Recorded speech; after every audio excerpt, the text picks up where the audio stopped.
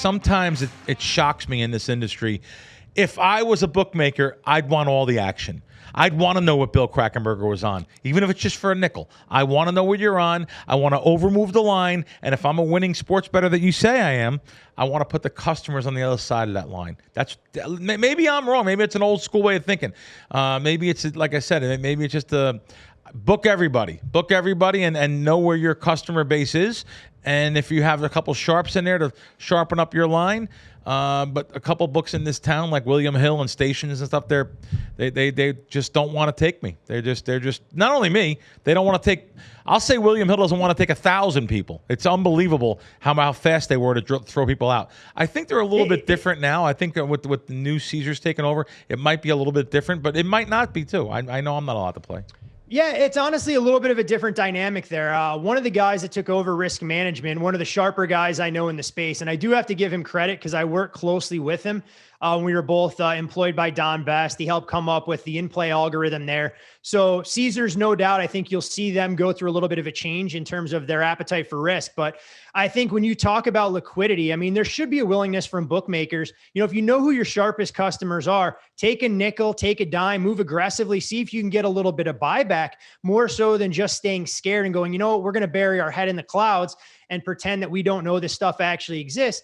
And one of the things that used to crack me up during my time behind the counter, the running joke was that we could take a 5-figure bet, but we wouldn't move the number at Caesars. We would take a 5-figure bet and stay the same. But if MGM took a big bet and they started moving on the screen, we were more apt to move on somebody else's action than the stuff that we saw there. And that was just an appetite for risk. Wow. And sometimes it's those bad habits that get ingrained in some of the young bookmakers that are there. And I think it's a big reason why you've seen an exodus of some of the sharpest guys go from behind the counter, trying to beat the numbers. And maybe we get back to that old school way. And, you know, some of the guys that you were exposed to, Bill, that really knew what they were doing. They were bettors, but they were also bookmakers, and they combined the best of both worlds. Wow. That's really cool. Really cool. I have a question for both of you. Sure.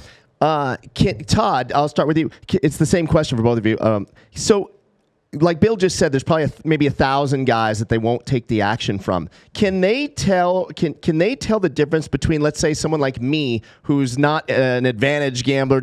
But if I had a lucky run, like if I just had a lucky run, would they do the same thing to me, or can they tell the difference that, oh, I just got lucky where Bill has an advantage? Do they know the difference?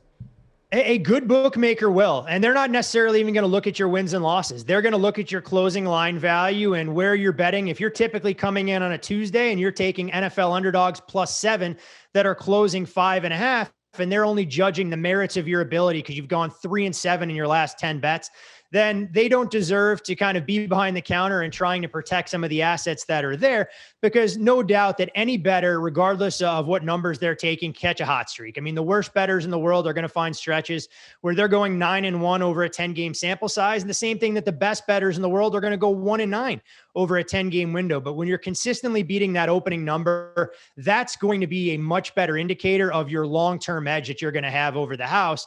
The problem being is so many books, at least the old school way of thinking, is they get blinded by some of those short-term results. And in all honesty, they do themselves a disservice, because that bettor is going to potentially give all of that money back and then some. But if you limit them, you cut them off, you're not even giving yourself a chance to let that 11-10 work in your favor to try and beat up that player over the long haul if you don't think they truly have an edge. I'll tell you, you can't ask me the question. That's the best explanation you can get. Spot on. I mean, I would have had maybe a few choice words that were a little bit more harsh, but I mean, you got a couple of these old school antiques that are actually throwing out guys that are literally a losing better lifetime. Right. But they went on a streak. And, let's just get rid of him. He's too lucky.